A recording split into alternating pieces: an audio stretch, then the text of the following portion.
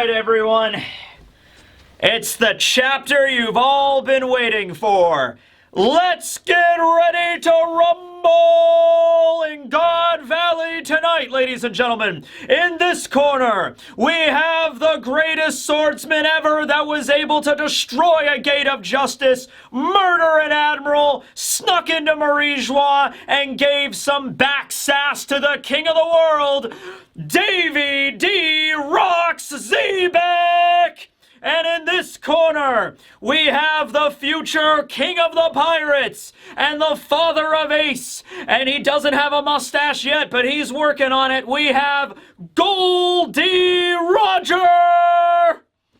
And then Garp is also there too, backing up Goldie Roger. All right, here we go. This will be One Piece chapter 1165 review titled Echo, Echo, Echo, Echo, Echo. I could do this the entire video, and you know I could. All right, cover page is nice this week. We have a fan request. We have Law and Beppo. So first of all, nice to see those guys again. I wonder where they're at right now, somewhere in the world. This would be really funny if, like, Law is currently unconscious after the fight with Blackbeard, and Beppo is like, you know, it's okay, Captain. No, you have to stay awake, Captain. And then Law is like fading in and out of consciousness, and he's having this dream where him and Beppo and Zeus, for some reason, are all like asleep with clouds and rainbows and little birdies flying around, and they're actually sleeping on top of Yomo. Yomo is the name of the sheep mink that we met way back at Zoe, and that he was the dude that Nami was like sleeping on top of when they showed up, remember? You know, this big fluffy sheep mink, right? Yeah, he was given a name, and it's Yomo. It just means wool in Japanese. But yeah, that's a funny scene right here where like Law comes out of this and he's in the freezing cold water, and Beppo is like, Captain, we're almost at land, we'll be okay. My hat, Beppo, I need to find my hat. We'll get your hat back, Captain, soon. So yeah, good luck to them, but it was just nice little moment there. All right, so here we go. The fight, this chapter is pretty much just all solid fight, all right? There's a couple of other things, but it's mostly the fight. So Rox, Domi reversied, but he's trying to resist. There is a little bit of his own personality shining through just by the fact that he is currently weeping and crying, and later on they say he has this look of frustration on his face and he doesn't want to do this right now, but his body is being compelled nonetheless, right? And he's communicating with Garp and Roger seemingly through like telepathy. Not sure if this is like observation hockey, voice of all things sort of deal, although I'm thinking it kind of is, because Garp immediately says, "You hear that too, right, Roger?" And Roger is prepping an attack with Ace. And he's like, "Yeah, I hear it too." We already knew Roger was capable of hearing the voice of all things, and so I think it's possible, you know, Garp could have had that same ability as well. Luffy has it, and, you know, they're all members of the monkey family. I'm assuming Dragon might awaken that power too. Probably not at this point in the story, but maybe later on he has that power. But yeah, they can at least all understand and hear what Rox is communicating with them. Like, please end it. I don't want to do this anymore. Garp, Roger, you have to be the ones to just finish me off, right? And so Rox is compelled and is diving straight for them. And then you have Roger just gripping Ace with two hands, firing off a bunch of armament and conquerors. And he's like, "All right, Rox, if that's the order you're putting in, then I'm gonna deliver." Whoa! And he just swings Ace as hard as he freaking can.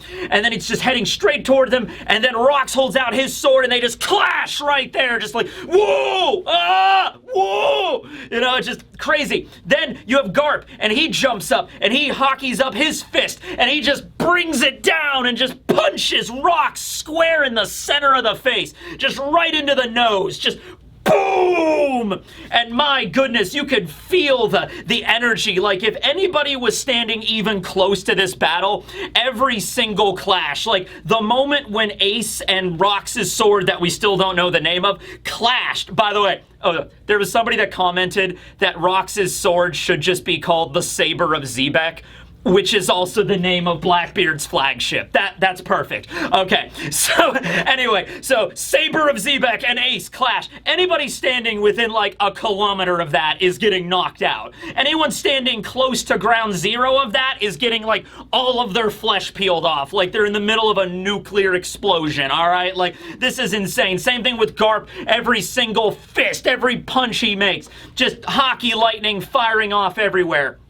So, yeah, Garp is pummeling him, and Roger's trying to hold his attention with, like, the sword lock kind of thing. And he's like, I can't hold it, Garp! I don't know why I'm talking Scottish all of a sudden. But anyway, it's just like, yeah! And then just big explosion, Rox manages to knock them all away in a big shockwave, and they get, you know, knocked into the side of the mountains like Garp and Roger do. And then Rox is still at the center, just like, Rrrr! You know, so nothing can stop him. He's just too powerful. The sky itself begins to split apart, just like when Shanks and Whitebeard clashed on the deck of the Moby Dick, and just when Whitebeard and Roger clashed on the island when Odin was there in his flashback, right? We've seen this before in the story. I think it even happened at Onigashima, right? When Luffy was fighting against Kaido. Whenever two really strong, powerful characters are exerting a tremendous amount of conqueror's hockey, the heavens themselves split asunder. All right, so this is really epic here. Okay, so we're cutting around the island. We see Silveraxe. We see Kyo, the hitman, and he's just like, all right, let's steal a ship and get the hell off the island. And everybody else is like, well, wait, steal a ship? Well, what? We came here on Rox's ship. What about his?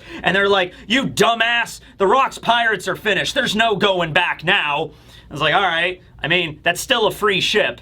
I'm just saying, Kyo, it looks like a nice big ship, okay? You could probably have stolen that one, but yeah, the idea is, yeah, the Rox pirates are no more. They're not getting back together at Hachinosu and having a nice dinner and some drinks after this event. You know, it's over, okay? Everybody's going their separate ways with the treasures that they have pilfered, okay? So you have Shiki there, and he's just shouting to the world, the Rox pirates are history, and he has all this treasure, and then all the other pirates are trying to get off the island, hurrying to the coast. We see a scene with Garp's marine ship and then the Oro Jackson, which is of course Roger's vessel, and they're both at the same time trying to communicate with Roger and Garp, and like, Vice Admiral Garp, can you repeat that? And Garp's just like, yeah, I'm a little busy with something right now. Just get every survivor you can on the ship and then cast off immediately. Don't worry about me. Roger's the same deal. We see Max Marks, who is the chef of the Roger Pirates. He's like, Roger, what's going on over there? I'm preparing dinner tonight and I need to know what you want. It's like, no, he doesn't actually say that, but he's just like, Roger, what's going on?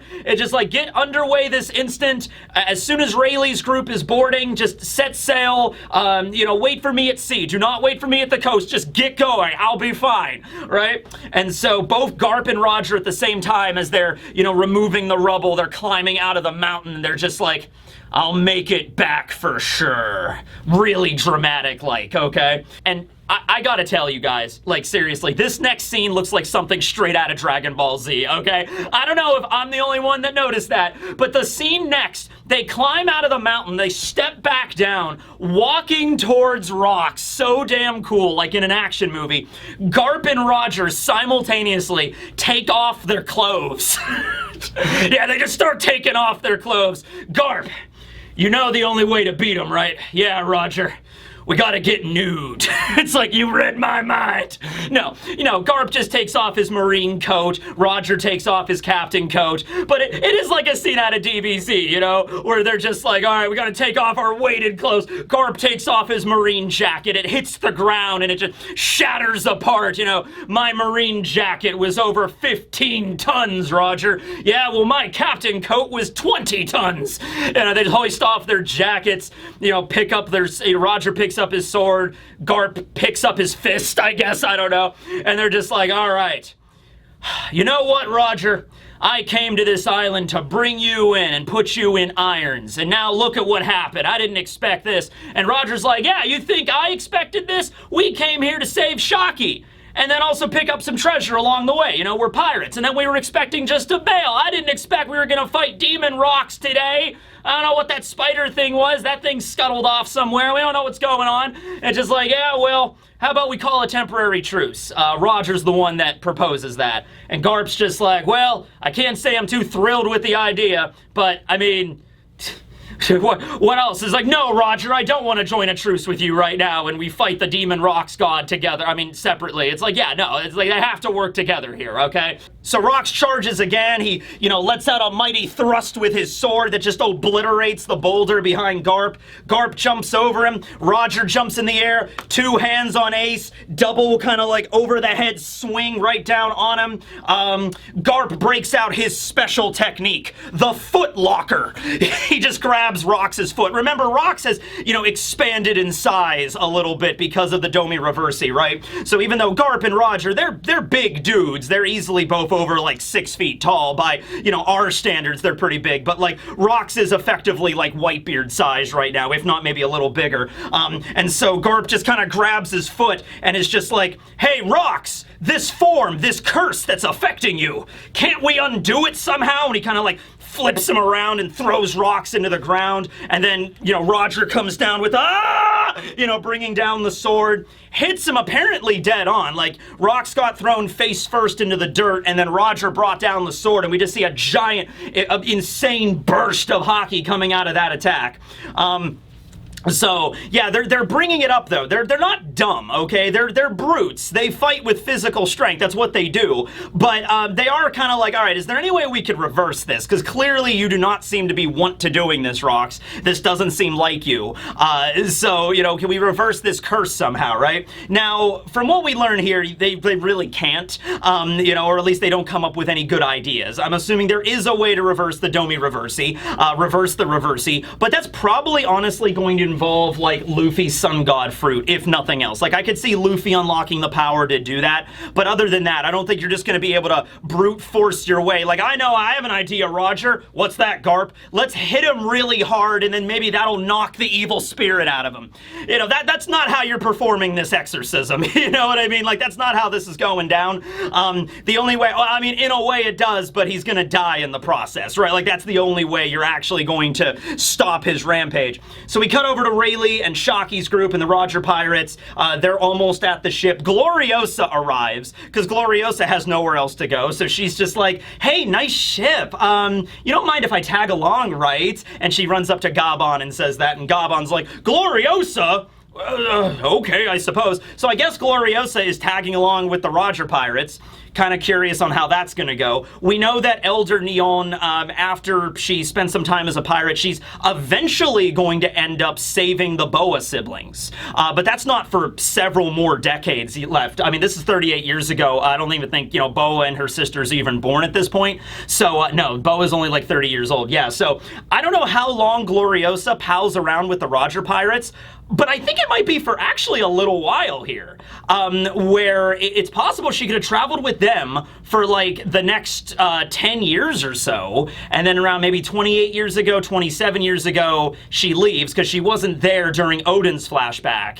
And then at a certain point, she runs into the Boa siblings hiding in like the cracks in the caves of the Red Line after the incident with the Celestial Dragons, and then she'll ultimately bring them back to Amazon Lily, and that's when Tritoma was the current Empress, and she welcomes Elder Neon back, but she lives in like exile on the outskirts of the village. Timelines of that are a little bit kind of all over the place. Maybe she spent a lot of time with the Roger Pirates, maybe she spent only a little time with them and then went off on her own. There's a couple of different options here, but it's interesting. I didn't expect Gloriosa to be, catching a ride with the Roger Pirates there, but that's what happens. Then we cut over to Big Mom, Charlotte Linlin, and Kaido very briefly, and this is just setting up the scene of the lifelong debt, right? Where they're about to head out, Stroizen is there, and Stroizen has a giant pouch of treasure and everything, and he's like Linlin's partner in crime since way back, so he's like, Linlin, we gotta get going! And so Big Mom is just like, oh, hold on a second. All right, Kaido, listen up.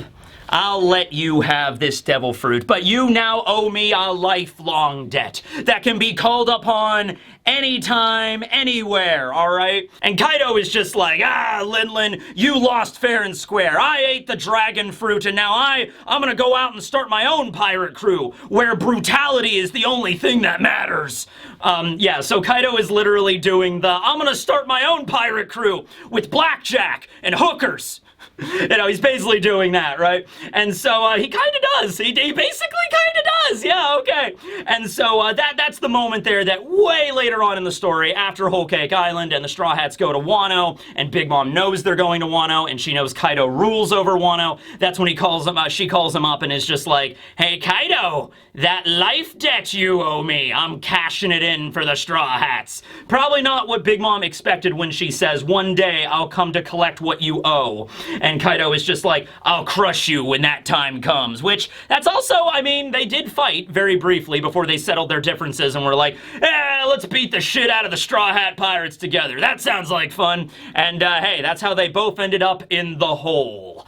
Yeah, but yeah, that's interesting that, you know, Oda showed that scene there where that all gets established and they go their separate ways at that point. And then we have a scene with Whitebeard. This scene. All right, so Whitebeard, Edward Newgate, he's walking around the island. He's just like, all right, well, Rox's crew is finished.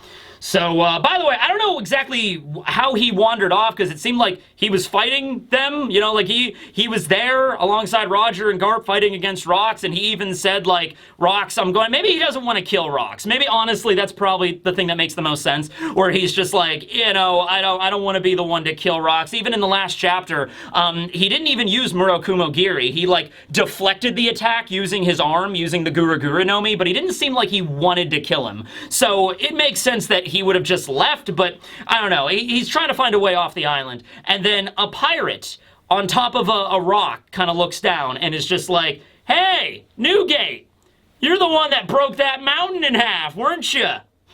Looks like your crew's breaking up. How about you travel with me for a while? And remember back in chapter 1162 when there was that one pirate that kind of looked like Marco? He was kicking Kyo in the face, and I almost for a minute thought it was Marco before I remembered this is 38 years ago, and Marco is like a kid, and it couldn't possibly be him. And I made a joke. It wasn't a very clever joke. It was something that a lot of people arrived at, but I'll just play the clip. Marco's not even here right now. The Whitebeard crew doesn't even exist yet, and Marco is only 7 years old during this flashback, so it can't be Marco. Maybe it's Marco's dad. Polo. Yeah, that's canonically Marco's father's name is Polo. I read about it in a One Piece data book. Trust me on this. One Piece data book purple. Yeah, it is a very rare data book. I have the only copy, but it was revealed in that. I was kidding, Oda! Yeah, okay, so captain of the Polo Pirates, Polo Graham, who is obviously Marco's daddy. Alright, this was something a lot of people came to the conclusion on because Marco's name is Marco, a famous explorer, Marco Polo. I wonder if Marco's dad was named Polo. Oda, you never disappoint. Alright, well, okay, so Marco's dad is Polo. This is the guy, and he's saying he's a big fan of Whitebeard, and he's just like, hey, how about you travel with me? You need a ship, right? Let's join forces. Now, initially, Whitebeard's like, buzz off, don't get in my way.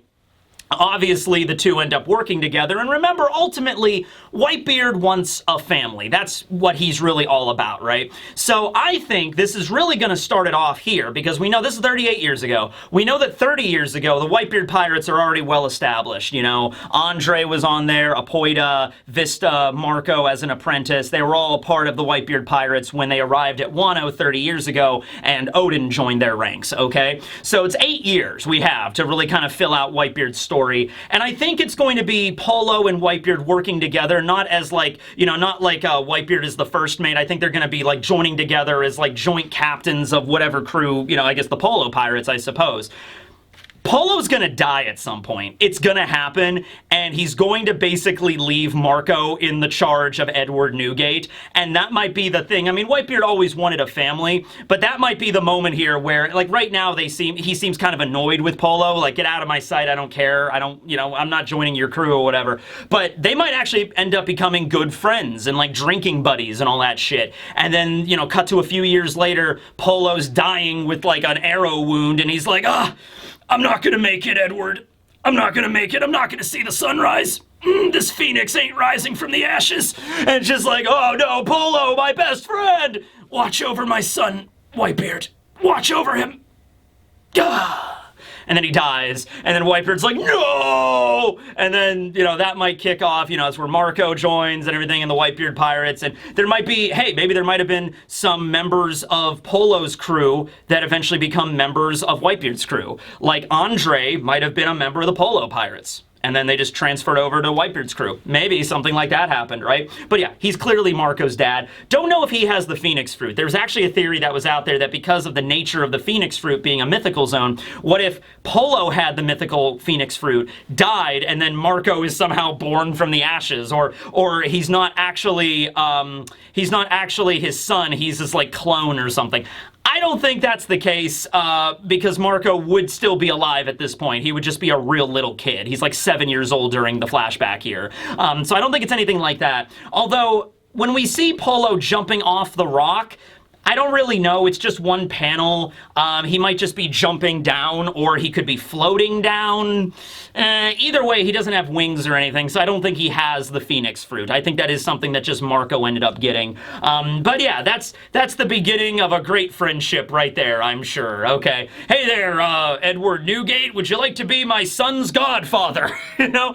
And Whitebeard's like, oh god. You know, he's like, but hey, that could be how it went. All right, so cutting over, we see Stussy, and we see Gonzui, and we see Gil Bastar. Gil Bastar has not said anything this entire flashback, although we do get an interesting piece of lore with him in this one. Stussy is like, where's Whitebeard? Where's Newgate? We need to find him. And Gonzui's like, don't ask me. I don't know what's going on. So they're ending up going to go their separate ways. Eventually, Stussy's going to end up in Mads, which is starting up right around now, so she's going to end up finding her way there. Gonzui goes off and does something and dies at some point. We really don't know what happens to him after this point. Maybe Gonzui, I'm thinking maybe some of them do try to go back to Hachinosu, but Wang has already firmly established his pirate cult or something, so maybe every now and then, every couple of years, like, Gonzui is like, all right, Wang, it's time I take over Hachinosu, and then Wang kills Gonzui, and then maybe, I don't know, a few years later, Gil Bastar shows up and just like, all right, Wang, you killed Gonzui, and now I'm taking over, and then Wang kills Gil Bastar, and maybe that's how that goes down.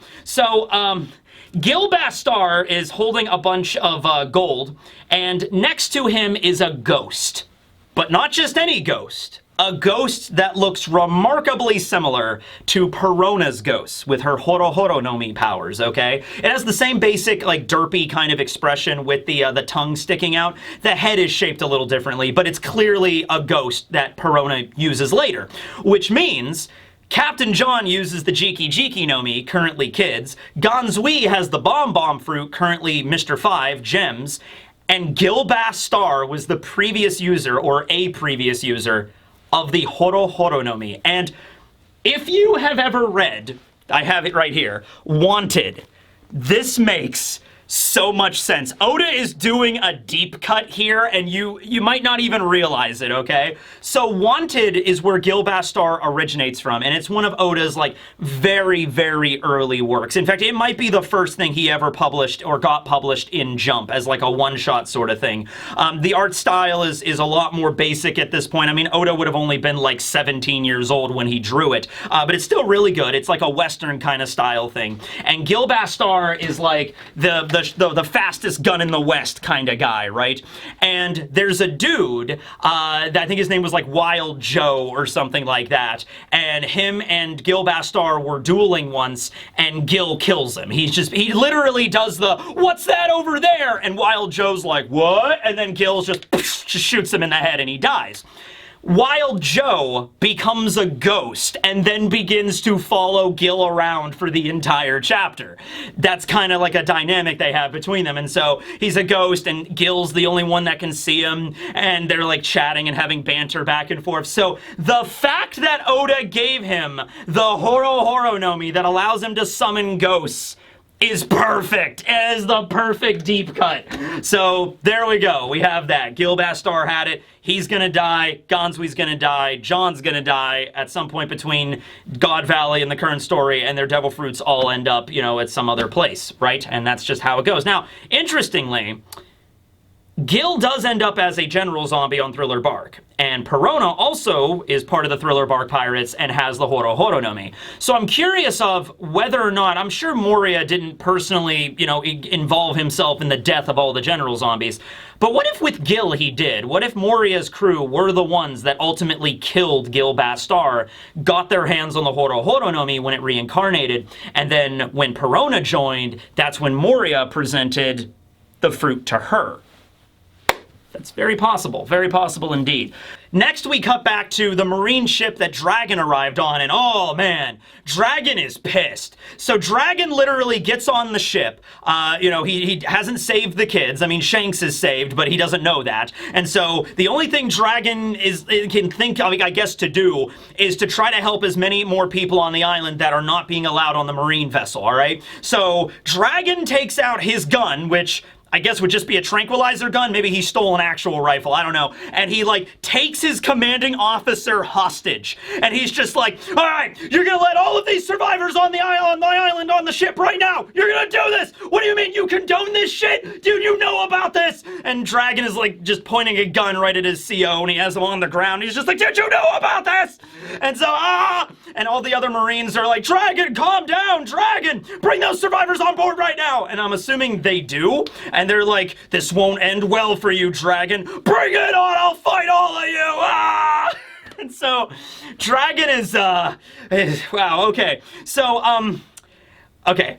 This is really badass what Dragon is doing and all that stuff. He's just like, I'm saving some people on this island and you're not stopping me. But the idea that, like, this Marine recruit guy just stealing a gun and holding it to the commanding officer and nobody else is like, whoa, he's crazy, don't go near him, there's nothing we can do about this. I'd be like, you know, nobody on that ship knows a Rokushiki technique to kind of like zip over and grab the gun really quick. You know, I only bring this up because Kobe tried to do something like this once way back in the Diary of Kobe Meppo, and it didn't end well for him. All right, it's like, save my friend or I'm gonna shoot, and then Bogart just slices up the guns like crazy, like, So I guess Dragon lucked out, and there's like nobody on the ship that could possibly stop him from doing this. Obviously, Dragon is not going to be in the Marines after this. He is leaving after he makes sure these civilians are safe. He's going to defect and eventually start up the Freedom Fighters, right? So this is Dragon's last stand here. I'm also curious if Dragon is the first Marine to try this. You know what I mean? Now, granted, Dragon's first assignment, it seemed, right out of boot camp, was the God Valley project with the hunting contest and all that shit, right? So it really opened his eyes, but I'm curious if, like, no other Marine recruits, like the Marine recruits that are all bright-eyed and like, I'm gonna join the Marines, I'm gonna be a symbol of justice and save the day, and they end up finding out how corrupted the Marines are. Not a single one of them ever tried to do the thing Dragon's doing right now. Dragon's like the first one. Then again, maybe some other people tried and they didn't make it out. You know, they just got killed right there and be like, okay, but Dragon we know is going to make it out alive. So then we cut over to Rayleigh and Gabon. So they are leaving the Oro Jackson. They have everybody on board, I guess Gloriosa as well, and then they're running back to go find Roger. Even though Roger ordered them to stay at, you know, go out to sea, Rayleigh and Gabon are like, we're not leaving him. We have to, Captain Roger's got himself into something again. We got to go bring him back. And Gabon's like, yeah, you're right. We gotta make sure he's okay. So they're running out, and they're just like, now you guys go out to sea. Don't follow us. Go out to sea and wait. All right, and so Rayleigh and Gabon are gonna go try to save Roger here, okay? Then we have a world government ship leaving the island, and we see Saturn there. Now, Saturn is back into his human form, but he still has Emu's eyes. So very clearly, Emu is still, like, possessing Saturn, and they give an order. That island never existed. Is that clear? And so, you know, giving the order of just like we're erasing God Valley from the maps, you know, we're going full on with it, just like O'Hara, although I guess this is before O'Hara, you know, it's never happening again, right? I'm sure they've done this with a few other islands. So we get the narrator coming on as we see Roger and Garp continue their fight with Rox, and we see the other part of the mountain falling down. The one mountain that got destroyed in the last chapter with Whitebeard and Rox's clash, and now here with Garp and Roger and Rox all clashing, the other side of the mountain gets obliterated too. So, all right, the distinguishing characteristics of God Valley are effectively gone. Is it Thriller Bark? You know, going back and really looking, it's very... Okay. So Halloween's over anyway. All right, so going back and actually looking at it, Thriller Bark is much smaller than God Valley, so maybe it could be a portion of it, but it couldn't be the whole thing, right?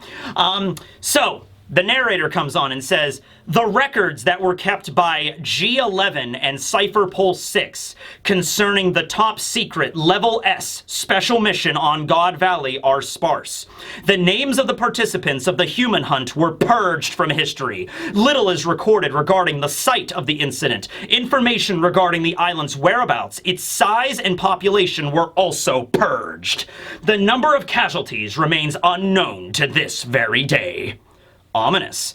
All right, so God Valley might still be there. I mean, the implication is God Valley was like wiped off the map. I interpreted that as like completely destroyed and sunk beneath the waves. But no, God Valley is still there. It just doesn't look like God Valley anymore. And the exact information, you won't find it on any map. And keep in mind, the oceans of this world are vast. So the odds of bumping into this thing, I mean, it would just be a deserted island at this point. But it is still there, just like O'Hara. It's a bombed out ruin, and it's like government keep out property, but you could still go to O'Hara, just like Vegapunk and Dragon did right after the Buster Call, okay?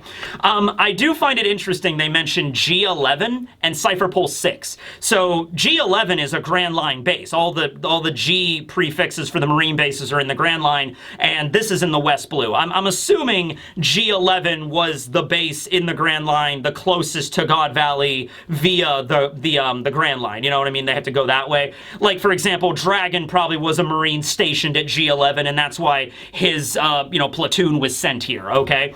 It's also interesting they mentioned Cypher Pulse 6, just because Cypher Pulse are ranked in accordance of how important their task is, from Cypher Pulse 1 being the least important tasks to Cypher Pulse 9 being the most secretive tasks, and then Cypher Pulse 0 being even more secretive than that, working directly under the Tenryubito. So, like, for an operation that involved the ancient weapons location, like the members of Cypher Pulse 9 being stationed at Water 7 and disguising themselves as Galley La crew members, or dock workers, they were Cypher Pulse 9 because they were given an operation to find out about an ancient weapon. All right, so that's Cypher Pulse 9 territory. Cypher Pulse 8, which was like Alpha, who was Khalifa's sister, and she was heading up the operation at Sorbet to make sure that Bonnie never escaped. Okay, to be holding Bonnie as hostage, so Kuma, they had the reins on him, basically, all right? So those are the kind of operations that are given to Cypher Pulse 8 and Cypher Pulse 9 and Cypher Pulse 0 even more. You'd assume that God Valley, like this top secret level S special mission on God Valley where all this crazy crap happened and the Rocks crew was there and Emu shows up, you'd think this would be a Cypher Pulse 9 or a Cypher Pulse 0 type of operation, right? Not Cypher Pulse 6. Fucking Jerry was part of Cypher Pulse 6, from Karate Island, right? So yeah, Jerry will handle this. He's got a lot of paperwork to do, all right? But yeah, it's just interesting. Cypher Pulse 6 was the one that covered this. It's like, all right, this seemed like a little bit more important than their pay grade, but whatever. Cutting back to the battle, and that's going to be the rest of this chapter, is just going to be the straight up fight between the two, between the three, I guess. Did you know the government had ties to that monster? Seems like an affront to justice. And this is Roger questioning Garp. Like, hey, Garp, did you know about that creepy spider shadowy thing that possessed Rocks and turned him evil? Because that don't seem like justice to me. That seems really messed up. And Garp is like, yeah, I'm with you there. It's an absolute affront to justice.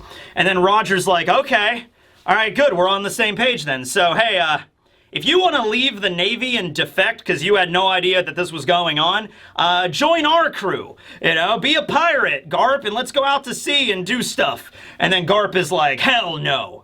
If I quit, who would protect the Marines, Roger? Who would protect the Marines? Okay, so that's the reasoning why Garp stayed with the Marines for 38 years after the fact, knowing all of this shit. Knowing that evil spider shadow monster of evil ruled over everybody, and the hunting competitions were occurring. Whether or not they still occurred after this or not is kind of beside the point. They happened for a long time. After you realize how corrupted the world government is on the very high echelons and what they're really up to, the reason Garp stays is, if I quit, who would protect the Marines? I assume he's talking about, like, what if that spider monster, or whatever the hell it is, rears its ugly head again and tries to attack the Marines. Who's gonna be there to protect them, and who's gonna be the one that's going to listen, I guess. So I understand Garp does his own thing for a lot of times. That's the reason he didn't want to become an admiral, because if he's an admiral, he's like directly under the thumb of the Tenryubito, and so he stays a vice admiral to kind of have more freedom. I get that, right? And so I'm assuming, because like look what happened. I mean, Kizaru was an admiral, and he was accepting orders from Saturn and Emu way back at Egghead. After Kizaru clearly saw the kind of person that he's, taking orders from, Kizaru's like, all right, I guess we're working together, Saturn. We're gonna take down, Vegapunk and everybody, right? And so Garp was like, if that ever happens, maybe he was envisioning a moment where Emu shows up and attacks the Marines, and then that's the point where Garp is like, all right, now I'm finally fighting back. Raw! But I don't know, it's kind of tenuous, to be honest with you, at best. Like, think about it this way, too. There's a lot of corruption in the Marines. Like, look at those Marines that attacked Sphinx, that attacked Whitebeard's home island. These were a bunch of Marines that were holding old ladies at gunpoint to get Whitebeard's treasure, right? So I don't know, Garp. I just don't see. Like, there's a lot of corruption in the Marines that's still currently there that you haven't done much about. So maybe, like, specifically, if he's like, if the spider monster shows up again, I'll fight it. But until that day, guess I'll just be a Marine, I guess. I don't know. I don't get it. But, like, that's the explanation he gives. That's what we got. Anyway, Roger gets up and is like, all right, it's all about the mass, Garp. And Garp is like, mass? What are you talking about? I did not go to school for mathematics, Roger. You know that. And Roger's like, no. Look, I charged up a hell of a lot of armament hockey into my sword, right? And armament hockey is supposed to counter devil fruit powers, which I assume is what the hell this is. And I even added conqueror's hockey on top of that to boot. That should be able to bust through anything, but it's just not working. But I refuse to believe it's not working. Conquerors plus armament, that has to deal some damage. And then Garp is like, yeah, well, he's also got Conqueror's hockey. So you're using Conqueror's armament. He's also probably using Conqueror's and armament to, like, protect himself. So, you're using your limit break and he's using his guard break, or wow, no, he's doing something, right? He's using the exact opposite. When you're clashing with somebody that has equal Conqueror's hockey, you got to have something else. You're just not going to be able to push through, all right? So Roger's like, yeah. So here's what I'm thinking, Garp. And don't lose me on this. Here's what I'm thinking. We hit him really hard. This is a Dragon Ball moment right here. This is totally a Dragon Ball. I mean, what else could they do? I mean, they're not dumb, but also faced with what they're dealing with right now with rocks, it's like they just don't have any other options, right? So it's just like, tell you what, I'm gonna pour every ounce of my hockey into one attack. You do the same. Best case scenario, we're all tapped, but Rox is defeated. And then Garp's like, well, what happens if we don't? I mean, after the aftermath of that, that's gonna, the kickback on that's gonna hit like a truck. And it's like, yeah, well, I don't think we're going to survive this either way, so I think it's the best option. We're not going to win a battle of attrition, especially since Rox has, like, the healing factor and everything. We're not going to win a battle of attrition. So trying to fight with, like, a normal way is not going to work. We just need to pull everything into one final attack, combo move, limit break, overdrive, and just hope it works, right? And so that's the idea.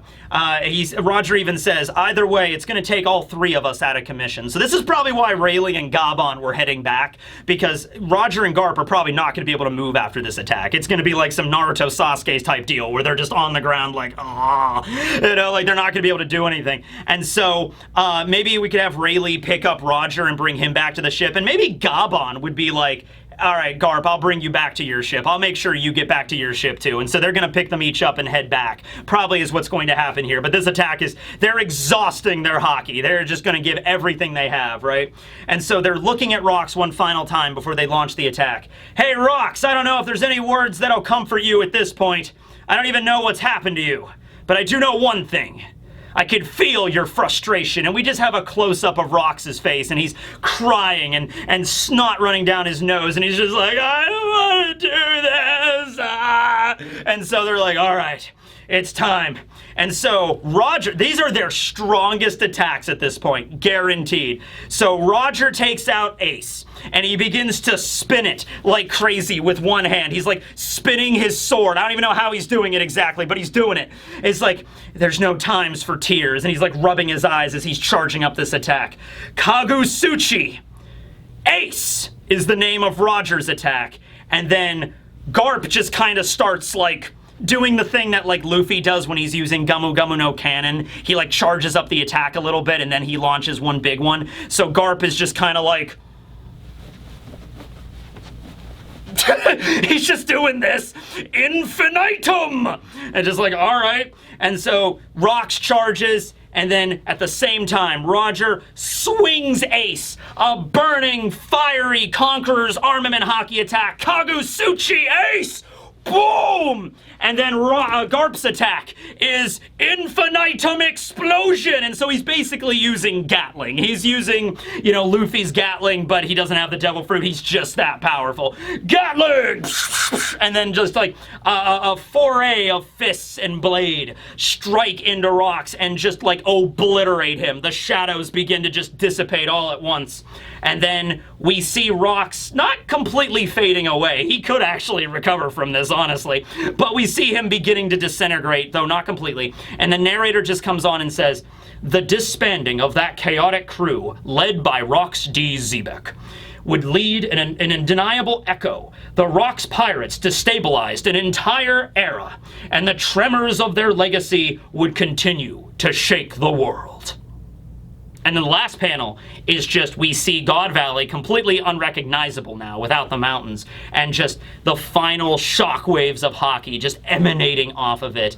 End of chapter, break next week. The government tried their best to bury this incident in the shadows, but they failed just because of the sheer tremors and echoes, which is the name of the chapter, that reverberated outwards of Rocks' crew, from Whitebeard and Big Mom and Kaido and Shiki eventually becoming the Yonko, and all the other really prominent pirates out there in the world and all the stuff they did. And then of course Garp and Roger and Dragon, whoever else, well, Roger's dead right now, but you know, Dragon and Garp and anybody else that was there at the time remembers this incident, remembers this event, right?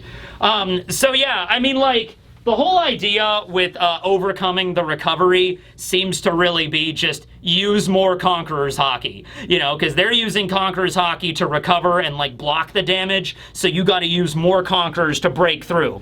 So that's probably the advice that Gabon gave to Luffy, but once again, even with Gabon fighting against Summers, Summers was still able to recover from that, and I don't even know if this is going to be the end of Rocks, to be honest with you, because it's a really powerful attack, and we see Rocks beginning to disintegrate, but I don't know, not any worse or, you know, than we've seen before, you know. We've seen the same kind of stuff from Emu. Seems like his entire body gets obliterated and then he just warps back together. Then again, though, maybe that little bit of Rocks that's still trying to fight through might be the thing that's like, oh, please let death take me. And maybe that might be enough to actually let it take him, you know. Possibly.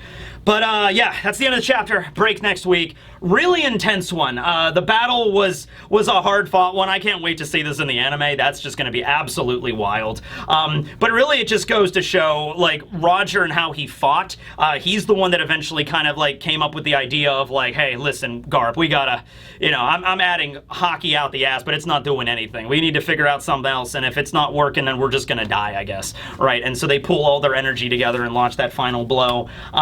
What do you think about the battle and how that went? What do you think about Garp's excuse on why he chose to stay with the Marines after this? It might eventually also lead to the Sword group. You know, that might have been born out of this, possibly. And then, is God Valley still there? Is Thriller Bark part of God Valley? Maybe. Gilbastar having the Horo Horo no Mi. Polo being the father of Marco Polo. Okay, and that's going to be, you know, Whitebeard's little story there.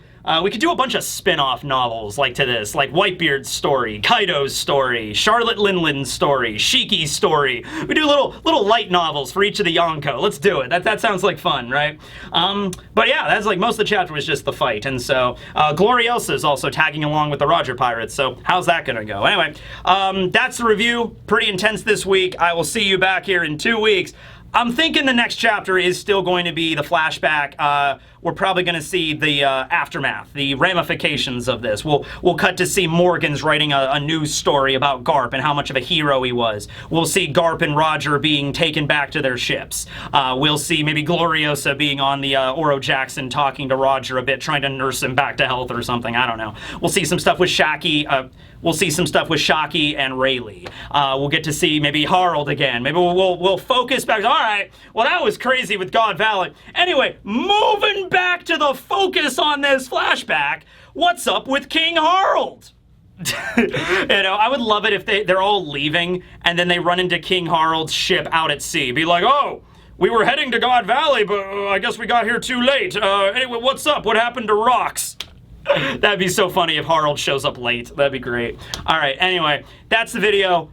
Hope you guys enjoyed. Thanks for watching. This will be Teching 101 signing out. Later, everybody.